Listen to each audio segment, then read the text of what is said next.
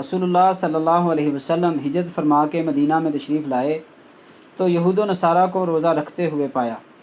रोज़ा रखने की वजह पूछी गई तो बताया गया कि अल्लाह रब्बे कायनात ने मूसा अलैहिस्सलाम को फ़िरौन के लश्कर से निजात अता फ़रमाई थी। इसके शुक्राने के तौर पर रोज़ा रखा जाता है।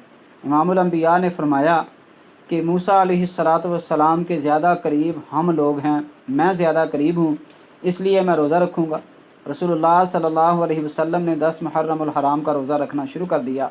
अल्लाह रब्बे कायनात ने यहूद व नसारा की मुखालिफत का हुक्म दिया तो इमामुल अंबिया ने फरमाया कि आइंदा साल मैं इंशाअल्लाह यहूद व नसारा की मुखालिफत भी करूँगा, मूसा अलैहिस्सलाम से मोहब्बत का इजहार भी करूँगा।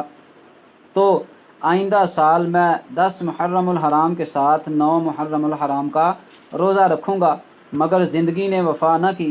हज़रत अब्दुल्लाह बिन अब्बास रज़ी अल्लाह तआला अन्हु फरमाते हैं कि इमामुल अंबिया मुहम्मदुर रसूलुल्लाह सल्लल्लाहु अलैहि वसल्लम की इस ख्वाहिश के मुताबिक उसके बाद उस मुहर्रमुल हराम के बाद हम 9 और 10 मुहर्रमुल हराम का रोज़ा रखते थे। रसूलुल्लाह सल्लल्लाहु अलैहि वसल्लम से सवाल किया गया, आका इस रोज़े का फ़ायदा क्या होगा? इमामुल अंबिया ने फरमाया, अन युकफ़िरुस सनतुल माज़िया, अल्लाह रब्बे कायनात पिछले एक साल के गुनाहों को मुआफ़ फरमा देंगे।